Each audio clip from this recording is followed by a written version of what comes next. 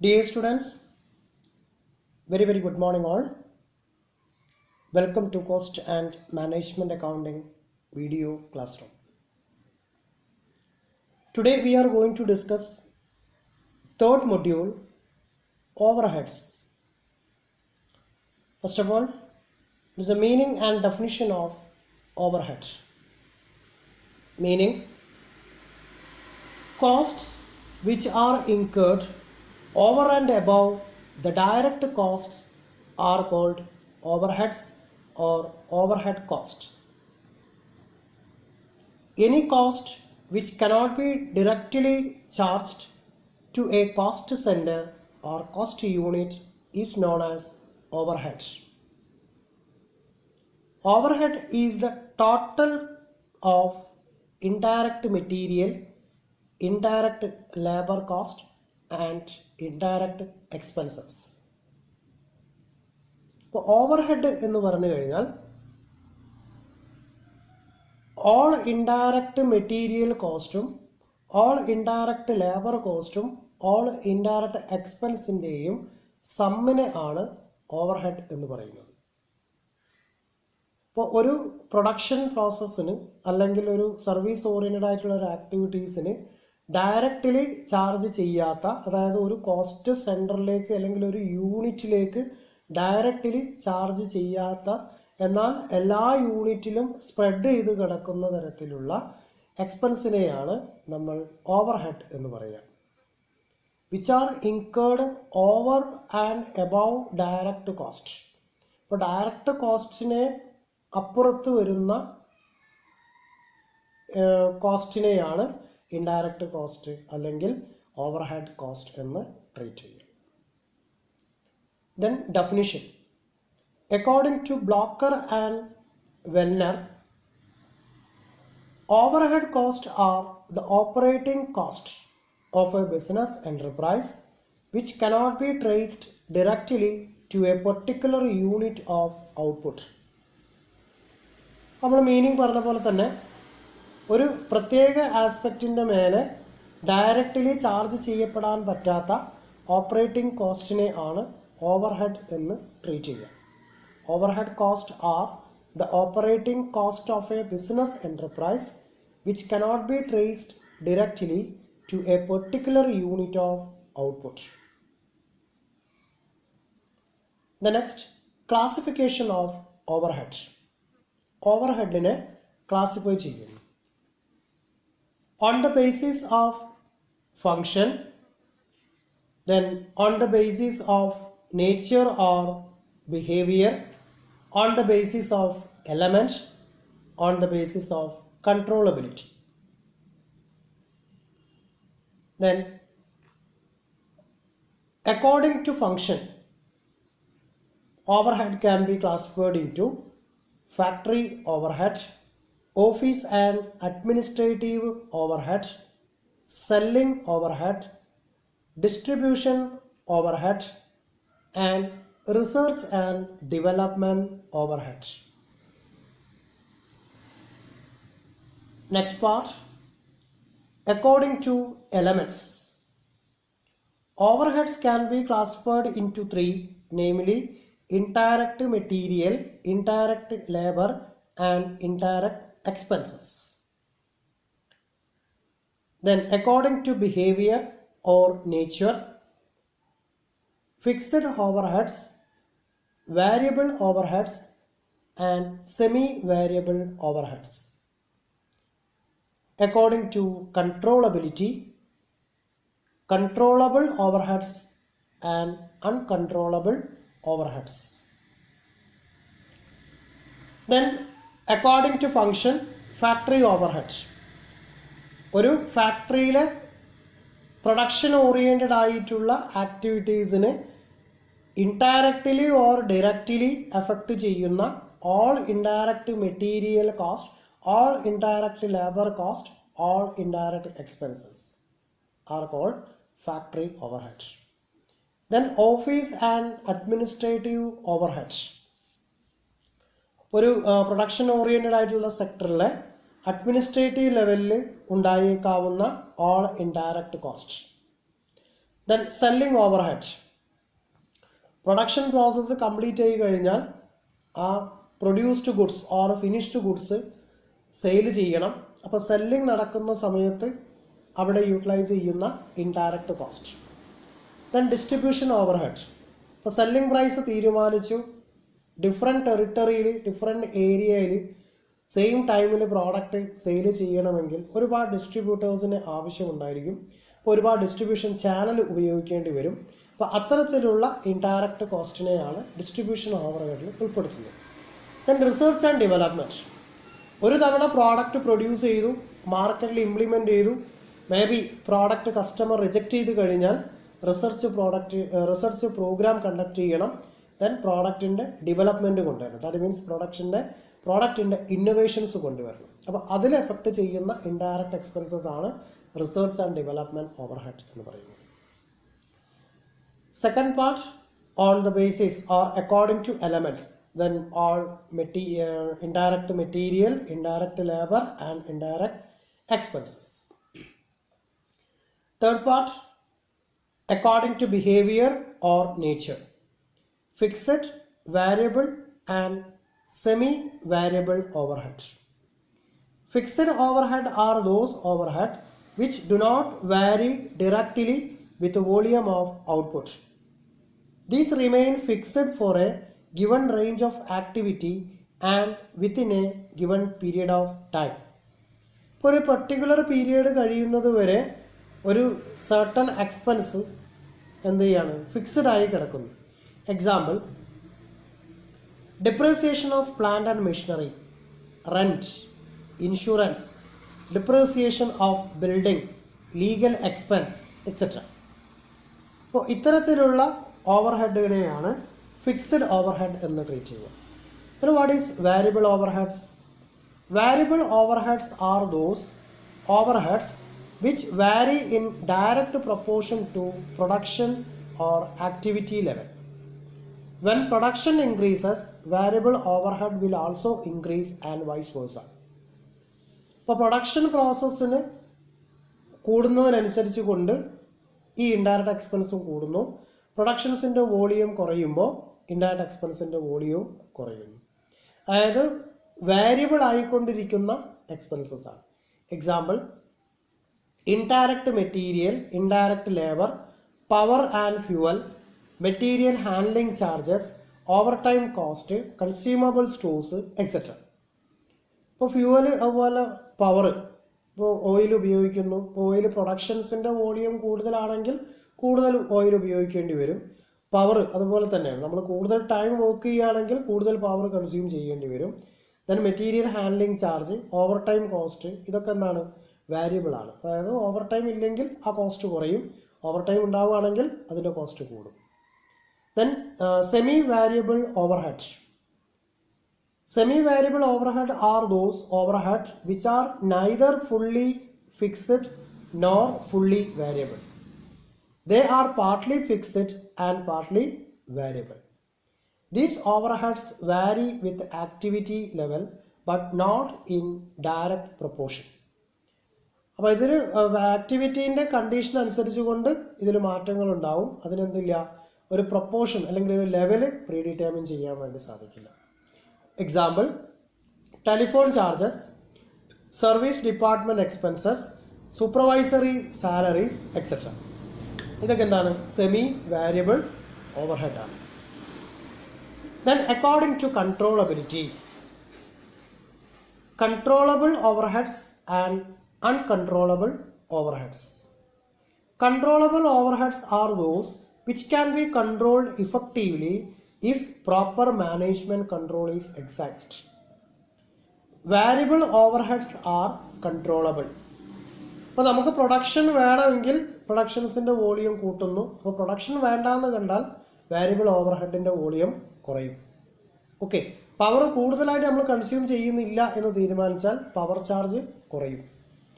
അപ്പോൾ അത്തരത്തിലുള്ള variable ഓവർഹെഡാണ് controllable overhead എന്ന് പറയുന്നത്. Then uncontrollable overheads, that is fixed overhead. Uncontrollable overheads are those which are beyond the control of management. Fixed overhead are uncontrollable. അത് എത്ര supervision നടത്തിയാലും എത്ര management conduct ചെയ്തു പോയിരുന്നാലും അതൊരു ഫിക്സഡ് നേച്ചറാണ്, അതിനെ കൺട്രോൾ ചെയ്യാൻ വേണ്ടി സാധിക്കില്ല. അത് ആ ഒരു പ്രോസസ്സ് ഇൻവോൾവ് ആയാൽ സ്വാഭാവികമായും ആ ഒരു എക്സ്പെൻസ് അതിനെ മീറ്റ് ചെയ്യുക തന്നെ ചെയ്യും. Okay, next topic, codification of overhead. It is the process of allotting number or symbol to each subgroups of overhead for easy identification, that are called codification of overhead. It is the process of allotting number or symbol to each subgroup of overhead for easy identification. നമ്മൾ വളരെ സിമ്പിളായിട്ട് identify ചെയ്യുന്നതിന് വേണ്ടി, അല്ലെങ്കിൽ allocate ചെയ്ത് കൊടുക്കുന്നതിന് വേണ്ടി, അല്ലെങ്കിൽ അത് ഡിസ്ട്രിബ്യൂട്ട് ചെയ്ത് കൊടുക്കുന്നതിന് വേണ്ടി എന്ത് ചെയ്യുന്നു, സിമ്പലോ അല്ലെങ്കിൽ നമ്പറോ അലോട്ട് ചെയ്ത് പോകുന്നു. അപ്പോൾ ആ നമ്പർ സീരീസിലുള്ളത് ഷോർട്ട് ആകുമ്പോൾ ഐഡൻറ്റിഫൈ ചെയ്യാൻ പറ്റും. ആ നമ്പർ സീരീസ് കൂടുതൽ യൂസ് ചെയ്തിട്ടുണ്ടെങ്കിൽ ഐഡൻറ്റിഫൈ ചെയ്യാൻ പറ്റും. ഓരോ സിമ്പൽ അതിന് അലോട്ട് ചെയ്ത് പോകുന്നു. അപ്പോൾ ആ ഒരു സിമ്പലിലുള്ള കാറ്റഗറിയിലുള്ള വിഭാഗം ഏതെല്ലാമാണ് എന്ന് ഈസിലി ഐഡൻറ്റിഫൈ, അതിനാണ് കോഡിഫിക്കേഷൻ ഓഫ് ഓവർഹെഡ് എന്ന് പറയുന്നത്. Next, collection of overhead. Overheads are collected from different sources and part them under suitable account heading. അപ്പോൾ ഈസിലി ഐഡൻറ്റിഫൈ ചെയ്യുന്നതിന് വേണ്ടി, അല്ലെങ്കിൽ അതിന് കൗണ്ട് ചെയ്യുന്നതിന് വേണ്ടി, ഡിസ്ട്രിബ്യൂഷൻ നടത്തുന്നതിന് വേണ്ടി, അക്കൗണ്ട് ചെയ്യുന്നതിന് വേണ്ടിയിട്ട് എന്ത് ചെയ്യുന്നു, ഡിഫറെൻറ്റ് സോഴ്സസിൽ നിന്നും ഡിഫറെൻറ്റ് വോളിയത്തിൽ എന്ത് ചെയ്യുക, ഈ ഓവർഹെഡ് കളക്ട് ചെയ്യുന്നു. That are called collection of overhead. Next one, allocation and apportionment of overheads. Then what do you mean by allocation of overheads? It is the process of charging full amount of overhead cost to a particular department or a cost center. ഒരു particular ഡിപ്പാർട്ട്മെൻറ്റിൽ, അല്ലെങ്കിൽ ഒരു particular സെൻറ്ററിൽ, അല്ലെങ്കിൽ ഒരു particular യൂണിറ്റിൽ full of overhead cost charge ചെയ്യുന്നതിനാണ് allocation of overhead എന്ന് പറയുക. അപ്പോൾ ഒരു ഓവർഹെഡ് എക്സ്പെൻസ് ഫുള്ളായിട്ട് ഒരു കോസ്റ്റ് സെൻറ്ററിൽ, അല്ലെങ്കിൽ ഒരു കോസ്റ്റ് യൂണിറ്റിൽ, അല്ലെങ്കിൽ ഒരു സ്പെസിഫൈഡ് ഡിപ്പാർട്ട്മെൻറ്റിൽ പൂർണ്ണമായും അലോക്കേറ്റ് ചെയ്ത് പോവുക. That are called allocation of overhead. Example, salary paid to the sales manager can be fully identified with that department. അപ്പോൾ സെയിൽസ് മാനേജറുടെ സാലറി എത്രയാണെന്ന് അറിയാൻ അത് സെയിൽസ് ഡിപ്പാർട്ട്മെൻറ്റിൽ അലോക്കേറ്റ് ചെയ്യുന്നു. പ്രൊഡക്ഷൻ ഡിപ്പാർട്ട്മെൻ്റ് ഉണ്ട്, ഹ്യൂമൻ റിസോഴ്സ് ഡിപ്പാർട്ട്മെൻ്റ് ഉണ്ട്, മാർക്കറ്റിംഗ് ഡിപ്പാർട്ട്മെൻ്റ് ഉണ്ട്. ഇവിടേക്കൊന്നും എന്ത് ചെയ്യേണ്ട ആവശ്യമില്ല, സെയിൽസ്മാൻ്റെ സാലറി അലോക്കേറ്റ് ചെയ്ത് പോകണ്ട. അത് സെയിൽസ് ഡിപ്പാർട്ട്മെൻറ്റ് മാത്രം അലോക്കേറ്റ്. അങ്ങനെ ഒരു സ്പെസിഫൈഡ് സെൻറ്ററിൽ, സ്പെസിഫൈഡ് ഡിപ്പാർട്ട്മെൻറ്റിൽ, സ്പെസിഫൈഡ് യൂണിറ്റിൽ ഒരു ഓവർഹെഡ് എക്സ്പെൻസിൻ്റെ ഫുൾ എമൗണ്ടും അലോക്കേറ്റ് ചെയ്യുന്ന, അല്ലെങ്കിൽ ചാർജ് ചെയ്യുന്ന പ്രോസസ്സിനാണ് അലോക്കേഷൻ എന്ന് പറയും. Next, apportionment of overhead. Those overhead which cannot be fully identified with a particular department or cost center are to be apportioned to various departments or cost centers. The process of charging proportionate amount of overhead to various departments on suitable basis is known as apportionment of overhead. ഒരു overhead expense ഒരു ഡിപ്പാർട്ട്മെൻറ്റിലേക്ക്, അല്ലെങ്കിൽ ഒരു സെൻറ്ററിലേക്ക്, അല്ലെങ്കിൽ ഒരു യൂണിറ്റിലേക്ക് മുഴുവനായിട്ട് charge ചെയ്ത് കൊടുത്താൽ അതിന് അലോക്കേഷൻ എന്ന് പറയുന്നു. എന്നാൽ അത് ഒന്നിലധികം ഡിപ്പാർട്ട്മെൻറ്റിലേക്ക് ഷെയർ ചെയ്യുകയാണെങ്കിൽ അതിനെ അപ്പോർഷൻമെൻറ്റ് എന്നാണ് ട്രീറ്റ് ചെയ്യുക. The process of charging proportionate amount of overhead to various departments on suitable basis is known as apportionment of overhead. For example, the salary paid to the general manager cannot be allocated to a particular department. Sales മാനേജറിൻ്റെ നമുക്ക് സെയിൽസിൽ allocate ചെയ്യാം. പക്ഷെ general manager production നോക്കണം, marketing നോക്കണം, human resource നോക്കണം, finance നോക്കണം, ഇതിനെല്ലാം കൺട്രോൾ ചെയ്യാനാണ് ജനറൽ മാനേജർ. അപ്പോൾ ജനറൽ മാനേജർ കൊടുക്കുന്ന സാലറി എന്ന് പറയുന്നത് ഒരു ഡിപ്പാർട്ട്മെൻറ്റിന് മാത്രം എന്ത് ചെയ്യാൻ പറ്റില്ല, അലോക്കേറ്റ് ചെയ്യാൻ പറ്റില്ല അല്ലെങ്കിൽ ചാർജ് ചെയ്യാൻ പറ്റില്ല. അപ്പോൾ എല്ലാ ഡിപ്പാർട്ട്മെൻറ്റിൽ നിന്നുള്ള ചാർജസ് ട്രീറ്റ് ചെയ്ത് പോകുന്നതിന് ആണ് അപ്പോർഷൻമെൻറ്റ് ഓഫ് ഓവർ ഹെഡ് എന്ന് പറയുന്നത്. Next topic, difference between cost allocation and cost appointment. Cost allocation, it deals with the allotment of whole item of cost. അപ്പോൾ ഒരു കോസ്റ്റിൻ്റെ ഫുൾ എമൗണ്ടും ചാർജ് ചെയ്യുന്നതിനാണ് അലോക്കേഷൻ എന്ന് പറയുന്നത്. Apportionment, it deals with allotment of proportions of item of cost. Cost ഉണ്ടായിട്ടുള്ളതിൻ്റെ പ്രൊപ്പോർഷനെ consider ചെയ്തുകൊണ്ട് ഡിഫറെൻറ്റ് ഡിപ്പാർട്ട്മെൻറ്റിലേക്ക് അലോട്ട് ചെയ്യുന്നതിനെ ആണ് അപ്പോർഷൻമെൻറ്റ് എന്ന് പറയും. Then cost allocation, it is a direct process. ഇപ്പോൾ directly selling ഡിപ്പാർട്ട്മെൻറ്റിലേക്ക്, directly human resource ഡിപ്പാർട്ട്മെൻറ്റിലേക്ക്, ഡയറക്റ്റ്ലി മാർക്കറ്റിംഗ് ഡിപ്പാർട്ട്മെൻറ്റിലേക്ക്, ഡയറക്റ്റ്ലി ഫിനാൻസ് ഡിപ്പാർട്ട്മെൻറ്റിലേക്ക്. So it is a direct process. Then it is an indirect process. That means ആ ഒരു യൂണിറ്റിനെ അല്ലെങ്കിൽ ആ ഒരു ഡിപ്പാർട്ട്മെൻറ്റിനെ ഡയറക്റ്റ്ലി ഓർ ഇൻഡയറക്റ്റ്ലി അഫക്റ്റ് ചെയ്യുന്നു. അതുകൊണ്ട് എന്ത് ചെയ്യുന്നു, ഇൻഡയറക്റ്റ് പ്രോസസ് ആയിട്ടാണ് അപ്പോർഷൻമെൻറ്റ് ട്രീറ്റ് ചെയ്യുന്നത്. Then there is no need to choose a base. ഇപ്പോൾ ഡയറക്റ്റ് പോസ്റ്റ് ചെയ്യുന്നതുകൊണ്ട് പിന്നെ ഒരു ബേസ് കൺസിഡർ ചെയ്ത് പോകേണ്ട ആവശ്യമില്ല. ഒരു മാനദണ്ഡം അല്ലെങ്കിൽ ഒരു ക്രൈറ്റീരിയ എടുത്ത് അപ്പോർഷൻ ചെയ്യേണ്ട ആവശ്യമില്ല cost allocation. But in the case of apportionment it is done on some suitable basis. അപ്പോൾ അതിന് അലോക്കേറ്റ് ചെയ്യാൻ പറ്റിയിട്ടുള്ള സൂട്ടബിൾ ബേസിസ് അല്ലെങ്കിൽ ആ ഒരു ക്രൈറ്റീരിയ കണ്ടെത്തിയിട്ട് വേണം അലോക്കേറ്റ് ചെയ്യാൻ. Then it is a simple process and it is accurate. വളരെ അക്യുറേറ്റ് ആണ്, വളരെ സിമ്പിളായിട്ട് ആർക്കും ഇംപ്ലിമെൻറ്റ് ചെയ്യാം, അണ്ടർസ്റ്റുഡ് ചെയ്യാം. Then it is a complicated process because it is charged on the basis of suitable basis. അപ്പോൾ സ്യൂട്ടബിൾ ബേസസ് കാൽക്കുലേറ്റ് ചെയ്യണം, ആ ബേസ് അണ്ടർസ്റ്റുഡ് ചെയ്തിട്ട് വേണം ഇത് അലോക്കേറ്റ് ചെയ്ത് പോകാൻ. So it is treated as complicated process. Then it is only approximate value. ഒരു approximate proportion നടത്തുന്നതുകൊണ്ട് തന്നെ ഒരു അപ്രോക്സിമേറ്റ് വാല്യൂ ആയിരിക്കും ട്രീറ്റ് ചെയ്തു പോകുന്നത്. Okay, next, stages of apportionment or distribution of overhead. Apportionment നടത്തുന്ന സ്റ്റേജസ് ഏതെല്ലാമാണ്? First one, primary distribution or primary apportionment. Second one, secondary distribution or secondary apportionment. Then what is primary distribution or primary apportionment? When overheads are apportioned to all departments, that is both production and service department, it is called primary distribution. ഒരു overhead production ഡിപ്പാർട്ട്മെൻറ്റിലേക്കും service ഡിപ്പാർട്ട്മെൻറ്റിലേക്കും ഒരുപോലെ charge ചെയ്യുന്നുവെങ്കിൽ അതിനെ primary distribution or primary apportionment എന്ന് treat ചെയ്യുന്നു. Then when the total of overheads allocated and apportioned to service departments are apportioned again to the production department, it is called secondary distribution.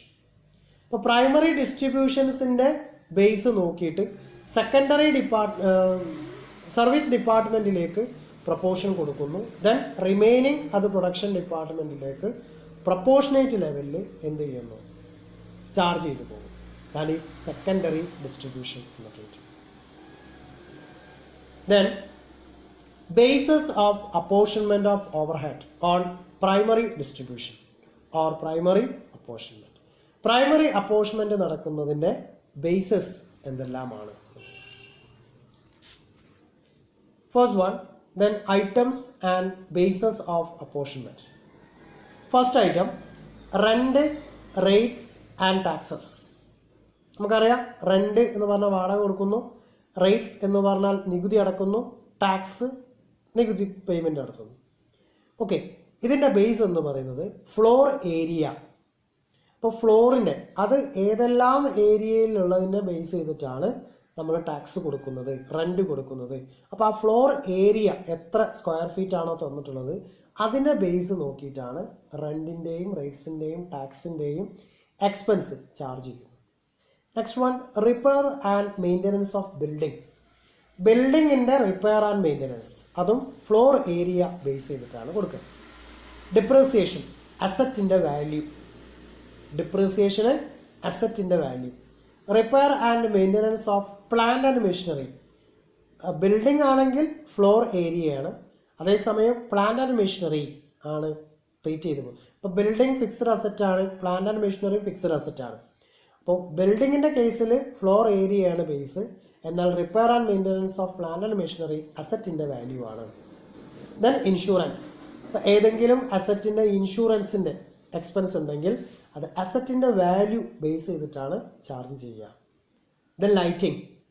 Number of light points or number of employees or floor area.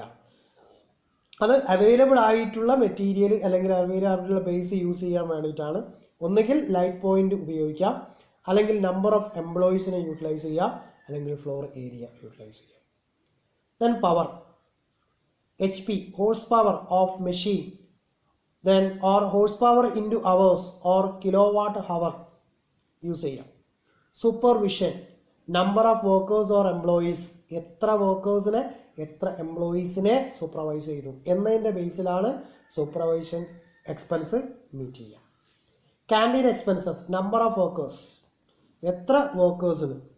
Time keeping expenses, again number of workers. Welfare expenses, again number of workers. Workmen compensation, number of workers or direct wages. Overtime cost, direct labour hour. Overtime cost ആണ്, അതുകൊണ്ട് directly labour hour. ESI, PF etcetera, direct wages. അപ്പോൾ അയാൾക്ക് കിട്ടുന്ന direct wage എന്താണോ അതിൻ്റെ base ചെയ്തിട്ടാണ് അയാൾക്ക് ESIൻ്റെയും PFൻ്റെയും ചാർജ് ചെയ്യുക. General overhead, direct wages. Stores overhead, value of direct material. Material handling charges, weight or number. Internal transport, technical estimate. Managerial salaries, technical estimates. Audit fees, sales. Okay, അപ്പോൾ ഇത്രയും bases consider ചെയ്തിട്ടാണ് ഈ ഓരോ എക്സ്പെൻസും charge